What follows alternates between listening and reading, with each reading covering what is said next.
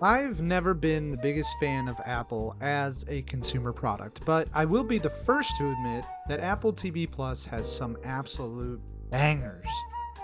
In this one, I would consider to be one of their best in their catalog. But Season 2 was a bit of a letdown. Like and subscribe and hit that notification bell if you haven't. If you're new, check out the rest of the channel and let me know what you think. Let's dive into Silo Season 2.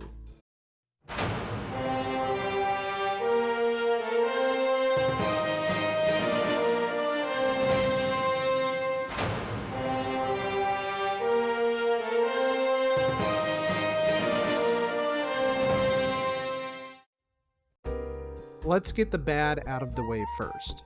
The biggest issue with Season 2 of this series is its pacing.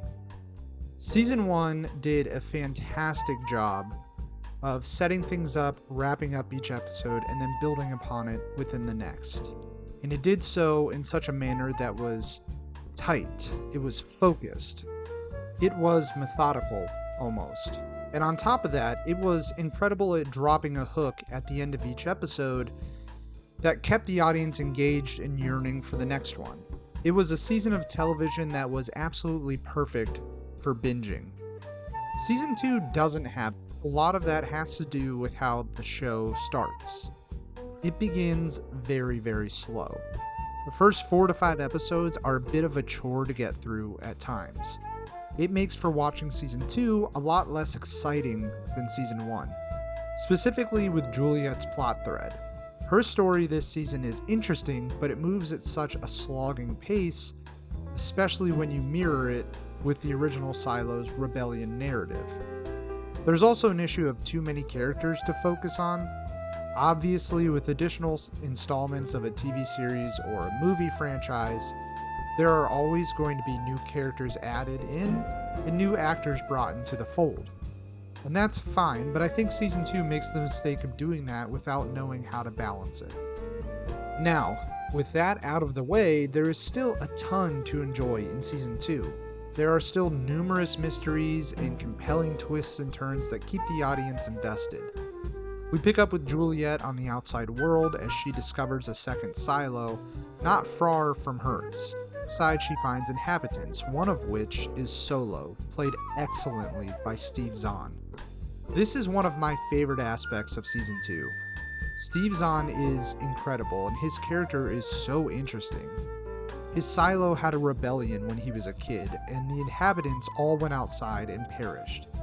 The sheriff at the time attempted to get Solo to open the vault by threatening his father's life, who was also the head of IT.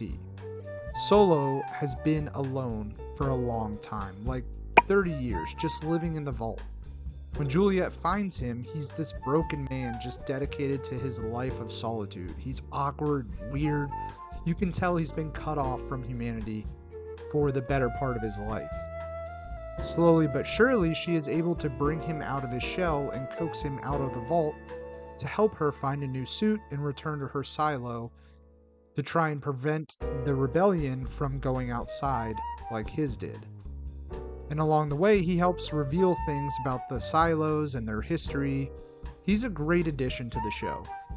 Now, we also meet a small family that inhabits this silo who isn't as interesting. They honestly were just sort of a distraction for me. They don't really have a ton to do with the narrative. They set them up as they're going to be not important, but they're going to have roles going forward. This is one of the pieces of this Season 2 that kind of lost me. I love the rebellion storyline. Tim Robbins is incredible as this show's main antagonist. And as much as I enjoy getting to see him just be devious and chew up scenery, it was even more enjoyable getting to see him get his comeuppance in the finale. The uprising from the citizens of the silo is epic as well. It's great to see Mechanical finally get to flip Billings in the sheriff's department against Bernard and the rest of IT. And it's fun to see that transition and how they take over the silo for their own.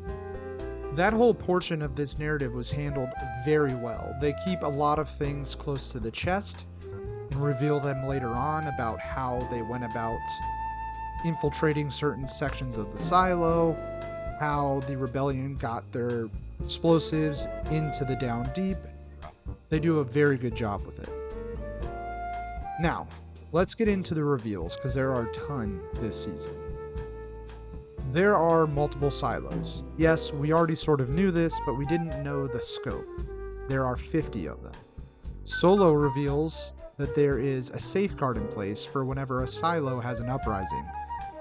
The central silo has the capability to pump gas into whichever silo is experiencing a revolt and eliminate its citizens altogether. Bernard shows Lucas around the vault and introduces him to the legacy. There's a lot of secrets about the history before the silo.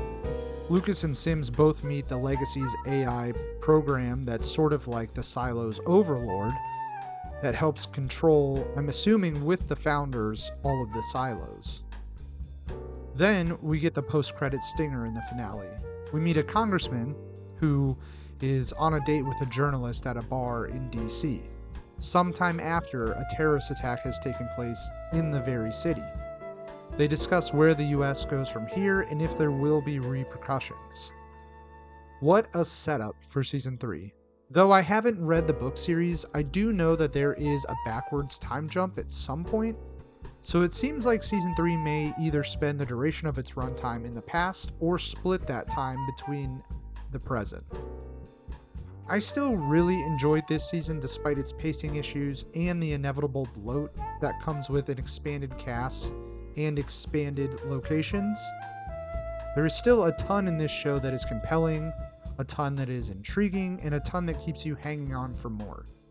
The writing in this series is really the best feature of the whole show, and you can tell the writers really care about the source material and respect the story.